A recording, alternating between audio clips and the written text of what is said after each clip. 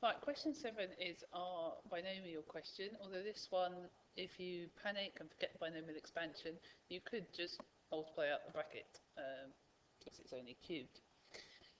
Okay, so it tells us that this expression can be written in this form.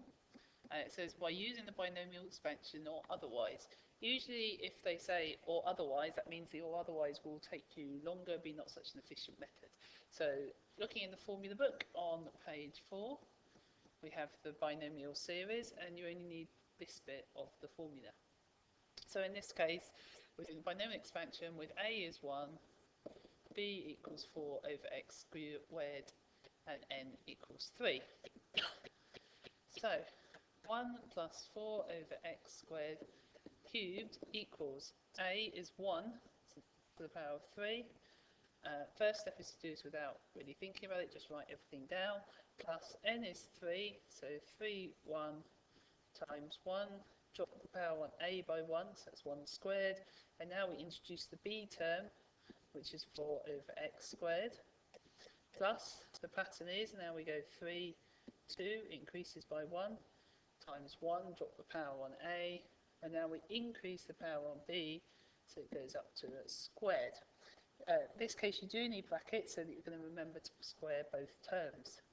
Plus, now here, if we're just following the pattern, we're at 3, 3 times 1 to the 0, which is going to be 1, and times 4 over x squared cubed.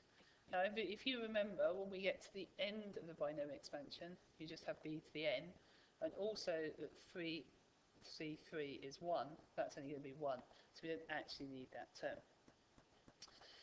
Now we go along and tidy everything up, so we use our calculator if we're not sure to get the numbers. So the first term is 1 cubed, that's going to be 1. The next term is 3, 1, in your calculator is 3C1. So we go 3, it's above the divide button, so 3, shift, divide, 1, and it will tell you that the answer is 3. So that's 1 plus 3 times 1, which is going to do nothing, times 4 over x squared. Plus, every time you get a plus, we're starting a new term.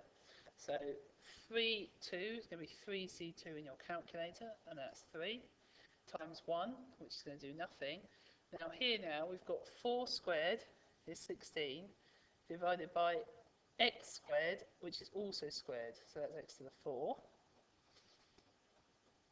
And then moving on to our next term, as I said, 3C3 is 1, so we didn't need that term. The next term was 1, so now we've got 4 cubed, which is 64, divided by x squared cubed, which is x to the 6. So now I'm just going to tidy up those numbers, so that's 1 plus 12 over x squared, plus 3 16s are 48 over x to the 4, plus 64 over x to the 6. Now let's check with the question, because it's also going to see if we're right. So we've got 1, that's the same. At the other end we've got 64 over x to the 6, that's the same. And they're asking us to find p and q. So p is 12, as that's the number on top of the x squared, and q equals 48. Right, so now we've done that, and now there is a very definite clue in the next section, because it says, hence, find the integral. Now, you don't know with core 2 techniques how to integrate 1 plus 4 over x squared all cubed as it is, so we're going to use the binomial expansion. So, for part B, part 1, we're going to take our integral, and instead of that form, we're going to write it all out using our binomial expansion. So that's the integral of 1 plus 12 over x squared plus 48 over x to the 4 plus 64 over x to the 6. Right, and before we integrate anything like this, remember our core 2 technique, we need to use indices to get all those x's up onto the top line. We don't want them on the bottom of the fractions. So that's the integral of 1 plus 12x to the negative 2. So remember, a negative is a reciprocal when we're doing powers. Plus 48 x to the negative 4 plus 64 x to the negative 6. Okay, once we've finally got to this form, now we can actually do the integration. So 1 integrates to x. Okay, now we've got 12x increase the power by 1, which makes it minus 1, divide by the new power. Then we've got 48x increase power by 1, divide by new power. We've got 64x increase power by 1, divide by new power. There are no limits, so we put plus c. This is where things go wrong, is when you're adding 1 to the negatives. So remembering that negative 2 goes to negative 1, negative 4 goes to negative 3. If you think that's a mistake you often make, then use your calculator to make sure you get it right. So I might do, for example, negative 3 plus 1, just to make sure I go the right way. Just got a bit of tidying up to do then. So that's x, 12 divided by negative 1 is negative 12x. 48 divided by negative 3 is negative 16x. Oh, I forgot my power. Minus 1 to minus 3. Not much I can do with 64 over 5. It would help if I wrote it correctly, so be careful for that. 64 over 5, but we can bring the negative because it's plus a negative number. X to the minus 5 plus c.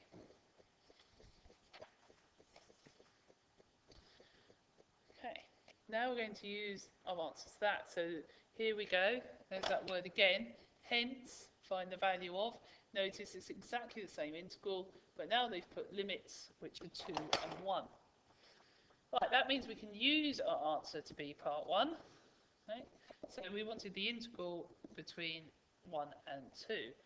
That means we can take our integration answer, x minus 12x to the negative 1 minus 16x to the negative 3 minus 64 over 5x to the negative 5. Remember, we don't have plus c when we've got limits.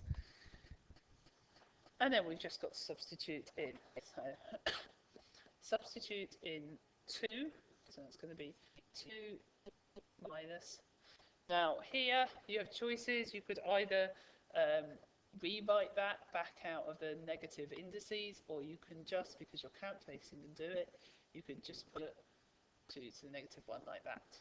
So minus 16 times 2 to the negative 3 minus 64 over 5 times 2 to the negative 5.